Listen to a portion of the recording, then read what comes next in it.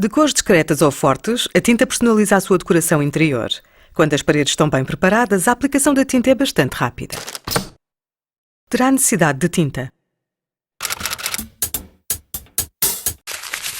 Equipe-se com uma tela plástica, fita adesiva de proteção, um tabuleiro de tinta, uma grelha de escorrer, um misturador de tinta, pincel de acabamento de cantos, um rolo e um cabo extensível.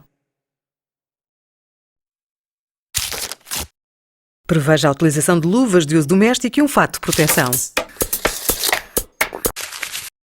Cuide da preparação. Retirar o antigo papel pintado, lavar com lexívia uma pintura seca, retocar eventuais buracos e fissuras, aplicar um primário se o suporte for poroso.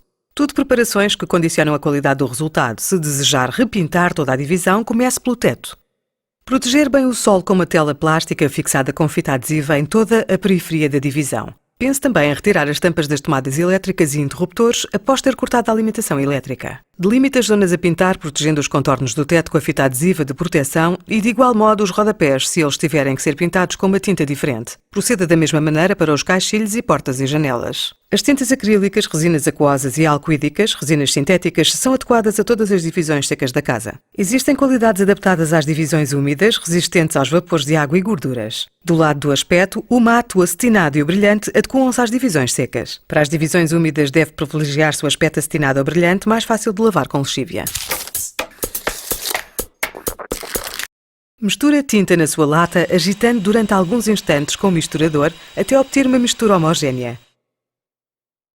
A seguir, deite-a no tabuleiro e coloque a grelha sobre os lados. Deixe repousar.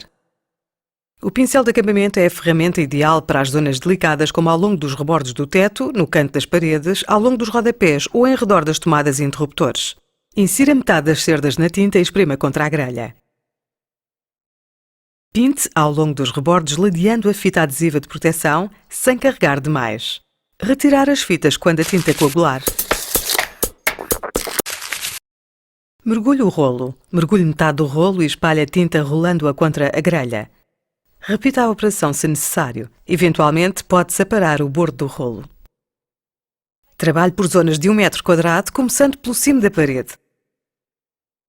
Aplique em passagens cruzadas, primeiro na vertical, depois na horizontal e, num terceiro tempo, voltar a passar o rolo na vertical para tornar tudo mais homogéneo. Em cada nova zona, passe por cima do rebordo da zona anterior para fundir a junção. À medida que aplica, espere até quase não haver tinta no rolo para voltar a carregá-lo com tinta. Um cabo extensível facilitar-lhe-á o trabalho em paredes com uma grande altura.